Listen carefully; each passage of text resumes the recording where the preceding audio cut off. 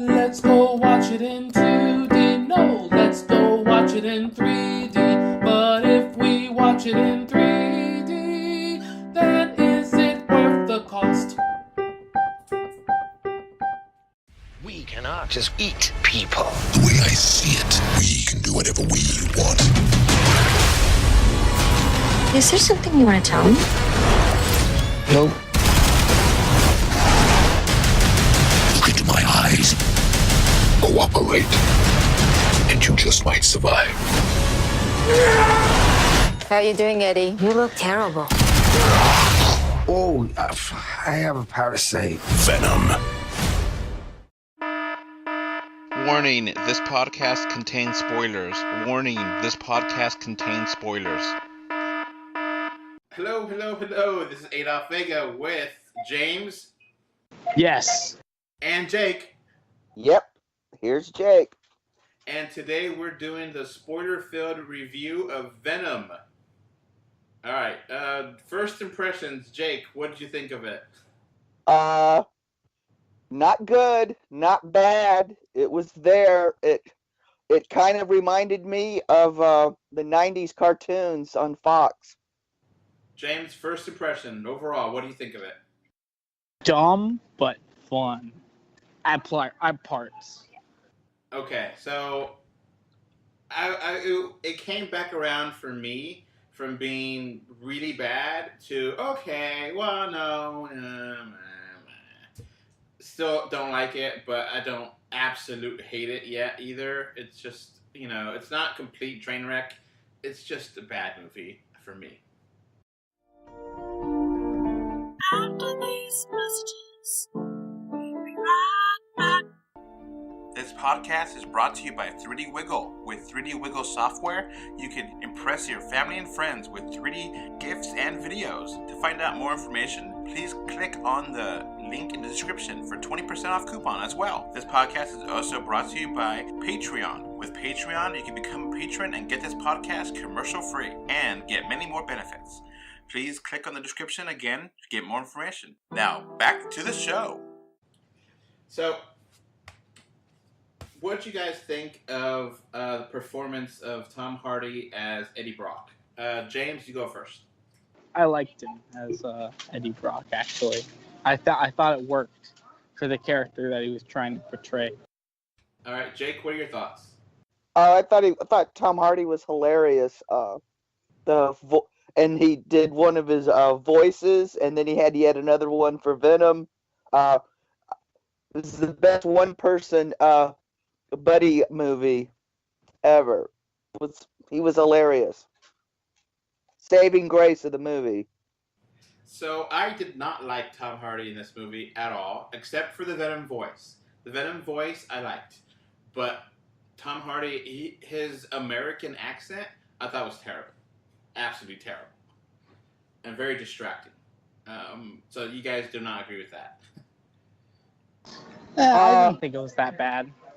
It was bad, but that was the charm of it. It was just another one of Tom Hardy's voices. And is kind of one of the worst I think it was supposed to be a New York accent. But I couldn't tell.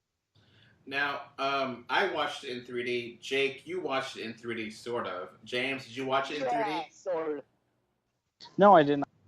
Okay, you didn't miss much. Jake, what's your thoughts on the 3D of this movie? Other than the scene in the forest where they were hunting Eddie Brock, I was not that impressed. But that could be due to the theater I saw this at, because they forgot to turn the 3D on. So the first 5 minutes, so they didn't hit the switch for the 3D. So I have, and since they obviously didn't calibrate, I imagine I didn't really get a good feel how the 3D really is for this film. But sounds like I didn't miss much. So I watched it in IMAX 3D, which usually is the best 3D you can get. Am I right or am I wrong? So yeah, it was just so dark, And, nothing like the one motorcycle scene in the middle of the movie. Okay, that was kind of cool because like you see the drones flying around, in and out, popping in and out, and the one scene with Venom attacking Riot where it was like it's slow motion. That was kind of cool in 3D. I couldn't talk about that in the spoiler-free version. So this podcast, just in case you guys aren't aware, it's going to be full spoilers. So that way we already kind of gave our basic impressions of it, but full spoilers from here on out. So yeah, it was just so dark. It was so dark, not much going on. A lot of the editing was very choppy and a lot of quick cuts, which for me kind of ruined a lot of the action scenes. Do you guys agree with that or no? Yeah, looked like a R movie that had been cut down to get a PG-13. James, you got any opinion on that? Actually, yeah, I personally believe that this was originally an R-rated movie, and that because of Sony executives, maybe they tried to cut it down.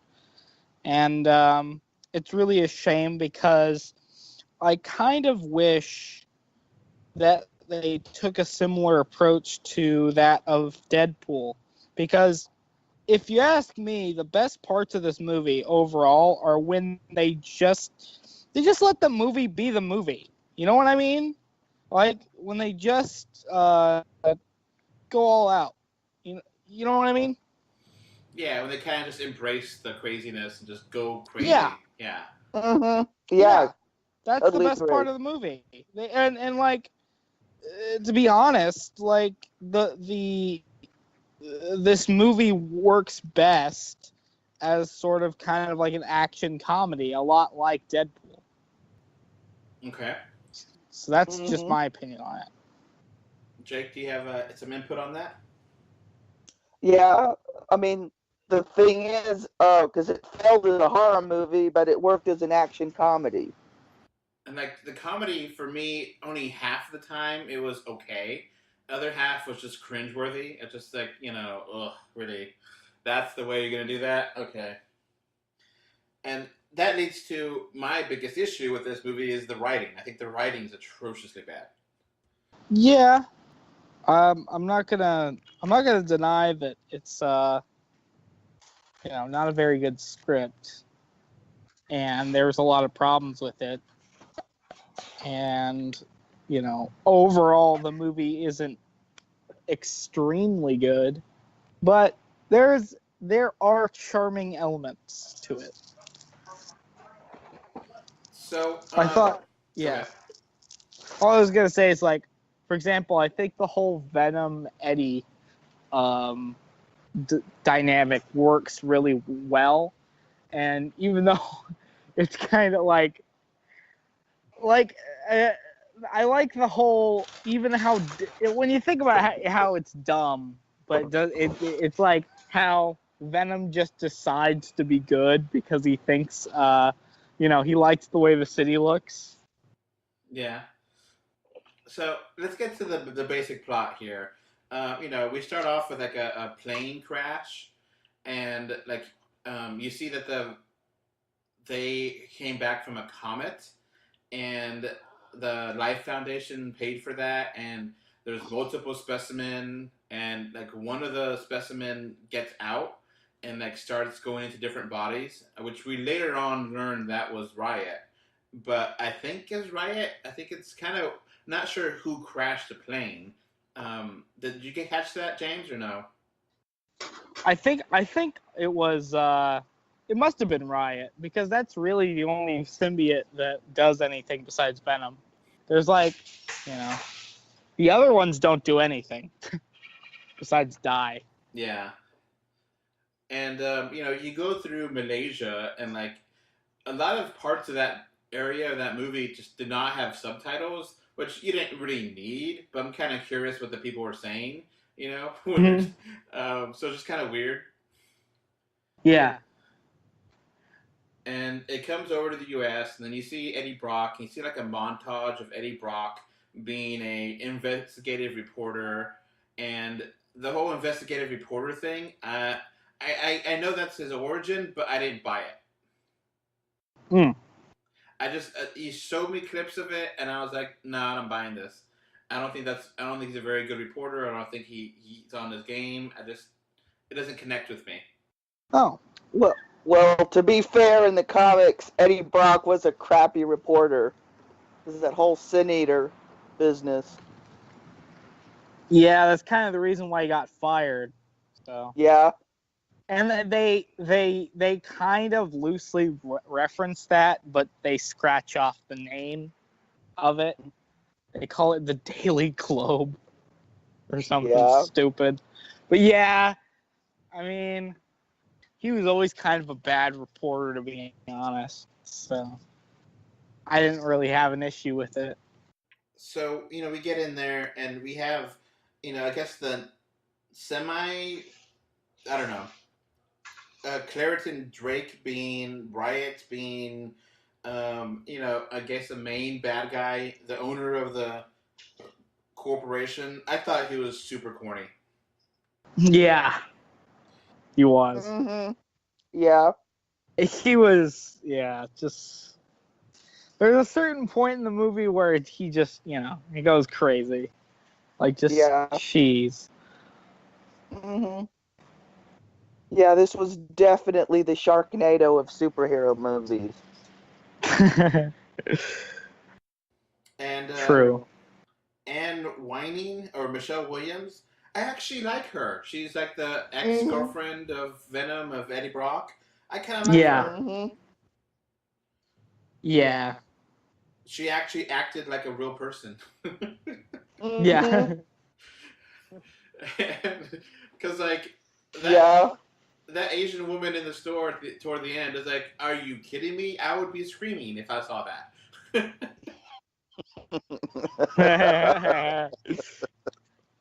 So, yeah. He just passes it off. Yeah, just like, oh, okay. Like, they never told her to go ahead and make emotions like you're scared or you're not sure what's going on, but whatever. So, we get in here, and then you see that Eddie Brock is going to interview Carlton Drake. And that's a disaster of an interview. And, like, it was not even smooth or trying to be smooth. It was just pathetic. Yeah. And about the only thing they didn't do to make this guy look like Elon Musk is to have him whip out one of his not flamethrowers and go after Eddie Brock with it. And then they have, what's her name? Dr. Dora Skirth. Which, she was okay. I don't know. It just kind of seemed like a weird character. What do you guys think of that? Yeah, I don't really understand her motivation for not just taking the pictures herself. And then also, she could have taken the pictures and then sent them to Brock. Or, the thing is that her motivation to me doesn't really make a whole lot of sense. But... No, I agree with you. I agree with you 100%. But the thing is that she dies, so early in the film. It's like, okay, well. Mm-hmm. Yeah, she was pretty much, she was a plot device, not a character. Yeah, she's more of a way, that Eddie gets a symbiote, if anything. Mm-hmm. And the way that they were explaining the exposition was just so heavy-handed for me. They just explained everything to you. It's like, I'm not a baby. You don't have to baby this into me, Yeah. They do for a PG-13. Yeah. And, the symbiotes here are kind of different than the ones in the comics in a lot of ways. Like, the whole... I like and I don't like the aspect of them having to constantly consume things. Because it's like, realistically speaking, if the organism would need its own energy or whatever. So I guess that makes sense. Yeah, the whole feed me part when Eddie becomes Venom, it was just kind of weird and annoying. Yeah. It was like... Yeah. Another thing that I don't really get is okay, I thought they were really implying that, like, you constantly need to be eating, like, meat, but Venom has cravings for chocolate. So, yeah. Mm-hmm. And lobster sushi. And lobster sushi. Let's not forget Yeah, one of the funny. That scene, I was thinking, I guess it's trying to be for laughs, but I was just cringing at that scene. I was like, oh my god, I want this end. It's just so bad. It's just so ridiculous, so over the top. Jumping into the pool and like eating them. It's like, oh my god, really? That's what you're gonna do? Yeah. And one of the things that really drove me nuts about this was the rule. What was the rule on who survives a symbiote bonding? It just seemed to be so random. Whatever the plot needed. Yeah. Okay, we want this person to die, so when they bond, they'll die. Oh, we need this person to deliver the symbiote so they survive. Yeah. So I wonder what happened to the little dog. Is it me, or did this dog look just like the dog in the Meg? Well, one thing that I kind of don't like is, like, so does when a symbiote possesses you and it leaves, do you die or not? Well, I would say not necessarily, because Michelle seemed to handle being bride of Venom just fine, or Miss Venom, or She Venom, or whatever. Oh god, we're gonna get to there where she was like, Venom was like all sexy. It's like, oh. Okay, but the thing kiss, oh my god. The thing is about that suit, though, is that it's directly modeled after a comic. It is, I know, but it's still kind of so I like that. I got the reference to it. So yeah, Eddie's trying to escape because he has a symbiote because he's investigating because the doctor told him to, and then he's just going all over the place, and then you have the motorcycle scene, which I was really liking, but they kept cutting it, and they kept having these stupid angles and camera shooting, and it's just like, oh my god, you're ruining a really cool scene. For me, I was like almost ready to throw up because they're just like jumping around left and right, and weird dark camera angles. Am I the only one that had a big problem with that motorcycle scene? No. It just went on a little bit too long, I think. Like, it was sort of like the pod race. Jake, what did you think of that scene? It just was. I was like, this is supposed to be San Francisco. This is the flattest place I've ever seen. And it was, it just, to me, I just kept thinking back to, man, Upgrade did this stuff so much better. So, yeah, we keep going, and eventually, we get that Michelle gets to meet, or Anne gets to meet with Eddie and understands what Venom really is, and it's more than that. And they actually are able to contain him and get him out with like the MRI machine, which I thought was actually kind of clever. What do you guys think of that? It was pretty cool. So then it gets into the dog, and then it gets into her, and then he gets, escapes somehow, which is ridiculous that he escaped that, but fine. Mm-hmm. And, eventually, you figure out what Riot's plan is, which is like, really, you're going to get the rest of the symbiotes here to Earth, and it's like, it didn't have to be end of the world kind of story. It could have just been a small story, and they just went there. And I was like, no. What did you guys think of the whole end of the world symbiotic? I mean, there's a storyline like that called Planet of the Symbiotes where they kind of try and do that. So it wasn't really a stretch for me, but Yeah, it was kind of dumb. Now, I did like how Oh. Riot fought Venom. I thought that was actually pretty cool to watch. Except you had problems keeping straight who was who because for some reason they decided to make Riot, unlike all the other symbiotes, look almost exactly like Venom. Yeah. I mean, couldn't they have given him another color? Yeah, what they should have done is made him purple, like in the comic. Mm-hmm. Yeah, that would have made him easier to distinguish. And, you know, you get to the end where they're trying to go into the rocket, and then, you know, apparently the whole situation is just like, oh, Earth is doomed because of global warming and is doomed because of, you know, corporations, so we need to have symbiotes here, and that's going to... It's like, no, that's stupid. It's just stupid. No, you're trying too hard there. No. And, like, you get to the finale where, like, you have Venom, I guess, on the rocket, and then they...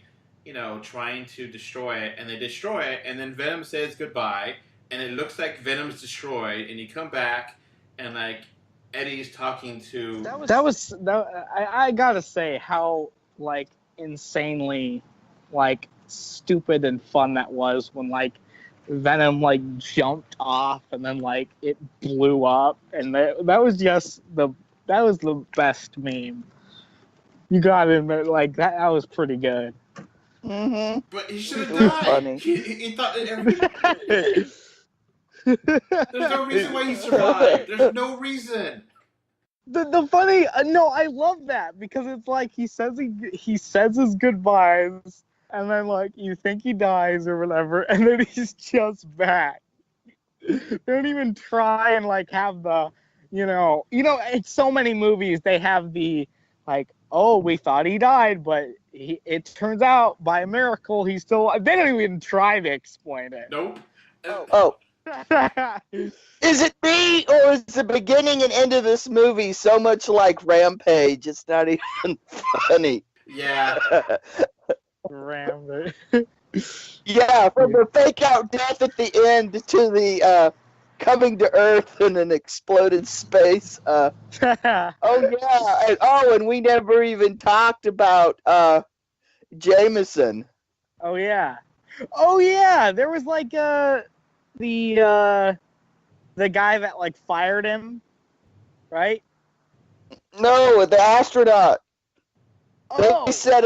They set up a beautiful thing, maybe in the hands of these people. I don't know. Wait, what they set up? Okay, Jameson is an astronaut, son of Jay. He's the astronaut he finds this ruby on the moon and in the comics, and he becomes Man-Wolf. And then later, Star God. Okay. Wow. Funny. So they think so they've set him up because when he comes from the moon, they think he dies, and then he doesn't. Because remember, he was the only survivor. Yeah. All right, so we get to the end, and they're like, okay, he's going to be Venom, and then it wraps up, and then it goes to that scene with the turd in the wind. I was like, oh my god, really? That's really going to be in the movie? And then, like, the one thing I love is that there's biting heads off in a PG-13 movie. That's good. Yeah, they mention it but never show anything. No blood at all. Yeah. Also, their body disappears when he eats their head, too. Yeah, it's like Blob. Now, did you guys notice this, or was it just me? Did they say shit a ton of times in this movie? Yeah. Yeah. I was like, oh, come on. You gotta be other words than that. It's like, shit. It's like, oh, come on. Yeah. Come on, you're allowed one F-bomb. I mean, come on. Well, they used it. Yeah. That's the F-bomb should have been used at the bomb scene when he jumps off. Yeah. No, just the way that was shot was just I can't describe how like it made me feel when he like he jumps off and like slices the thing, and he just no, that was just great. It's ridiculous.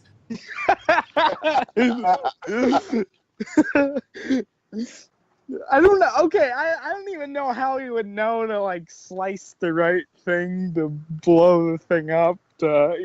Like. So yeah, he's it gives the impression at the very end that Venom's still out there. He's eating the bad people, but not killing the good people. And then it leads to the mid-credit scene, which is so forced. Yeah. I didn't like the actor who would play Carnage. I'm not a fan of that choice for an actor personally. I don't think it looks like him. I love Woody Harrelson, man. He's a great actor. Okay. They picked him because he was in Natural Born Killers, and second, he's worked with Ruben the director before on Zombieland. So that didn't. The wig though made him look like Sideshow Bob. Yeah. Oh, so then let's get to the post-credit scene, which was ridiculous. The most ridiculous thing I've ever seen in a long time. I didn't actually see it. What happened? It was like a 5-minute trailer for Spider-Man Into the Spider-Verse. Oh. After these messages, we'll be right back. This podcast is brought to you by 3D Wiggle. With 3D Wiggle software, you can impress your family and friends with 3D gifts and videos. To find out more information, please click on the link in the description for 20% off coupon as well. This podcast is also brought to you by Patreon. With Patreon, you can become a patron and get this podcast commercial-free and get many more benefits. Please click on the description again to get more information. Now, back to the show. So. Did you catch this, Jake, or Yeah, I caught it. I think Sony. It was pretty much an ad for their animated movie. Yeah. I think this is how they're going to have Spider-Man in their movies. They're just going to have Spider-Man from other dimensions, other worlds come in. Okay, well, the thing is though is that I think this movie bombed. So. No, it did not. It made $80 million. Bucks. So it made congratulations. Yeah. Wait, it didn't bomb? No. I thought it would it had to make a bunch of money to get back its whatever. Oh, it's already made its money back worldwide. So congratulations, fanboys. You just told Hollywood that this is what you want instead of Logan. Congratulations. Wait, did Logan not do well? Not like this. Oh. I mean, Logan made money. I mean, Logan was successful. Venom is a blockbuster. So, as of right now, it's already in profit. Yeah, its budget was $100 million, and right now the domestic gross is $98 million, and has not come out of released in everywhere else yet. So it's still trending, and it's still a big movie right now. It's probably going to make another $200 million before it wraps up, at least. Oh, it's already made over $200 million in its worldwide release. To be honest, the thing is that my takeaway from the film, it's easy to dislike this film, but it's impossible to hate it. I can't hate this movie because, I don't know, it's fun, and it's dumb, and as I explained before, some of my favorite scenes include the end, the fact that he's just there, they don't even try and explain how he survived, the fact that Venom is very invested in Eddie's love life, You know, that was very funny. Like, I thought, like, okay, why would this, alien suit, like, care? But no, he does. And he's like, we're gonna get her back. All right, so James, what would you give it out of a 1 out of 10 score? James, what would you give it? What would you give this? Okay. Oh, I thought you said Jake. Done. Okay. I'd give it a solid 6. All right, Jake. I'd give it a 6 too, as well. All right. Well, I'm gonna be the jerk, and I gave it a 4, and I'm sticking by it. It does not deserve more than a 4. I'm grading it as high as I did is because of Tom Hardy. But it's so dumb. I think the only other actor who could have pulled it off is maybe Nick Cage.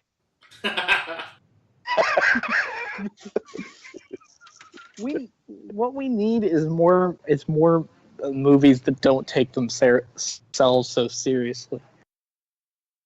That's what we need more of. Yeah. So, I don't know. The whole Spider-Man and the Spider-Verse just seemed totally out of place and just totally random. Like, it didn't really seem like going back to that post-credit scene. It just seemed like a cheap cash grab. They're like, Yeah, I mean, it's just an ad. Yeah. It's just, and I was still expecting to see Tom Holland in there because rumors are going all around that he was going to be in there somehow. Try to connect the dots to the MCU, but nope. No Tom Holland. Oh, this Venom movie, this is definitely the Andrew Garfield universe. I mean, the quality, they're both on the same.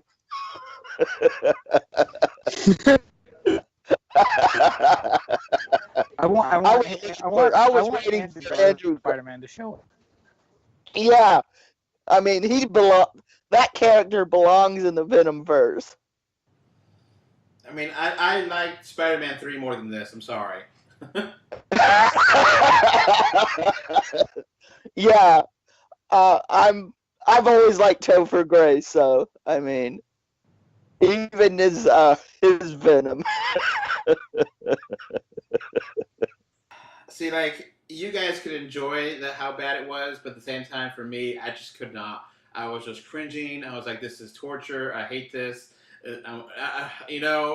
I'm trying to give it an open mind. I'm trying to be okay with this. And it's like, no, I'm just annoyed by this movie. And time again, plot hole after plot hole. Not explain this, not explain that. I was like, come on. It's just like... Yeah, this movie was such a mess, isn't it? I mean, they've already said there's going to be a director's cut released to home video. Oh, yeah. And then he did say that... did you guys hear about that? That they asked the actor that played Venom, so what is your favorite scene in the movie? And I was like, oh, Tom Hardy. He's like, oh, the 40 minutes they cut out. And then they had to recant that because it's like, oh, wait, no, I love all the movie equally. Yeah. It's kind of like how they couldn't decide how to pronounce symbiote. See, like, if it was just totally goofy, it wasn't like 100% goofy for me. It wasn't 100% horror. It wasn't 100% comedy. It wasn't 100. It was a mess. And then that's what got me. That's what pissed me off. I walked out of here pissed off. I wasn't laughing with it. I was laughing at it, and I was like, no, I'm done. Screw you, Sony. Get out of here.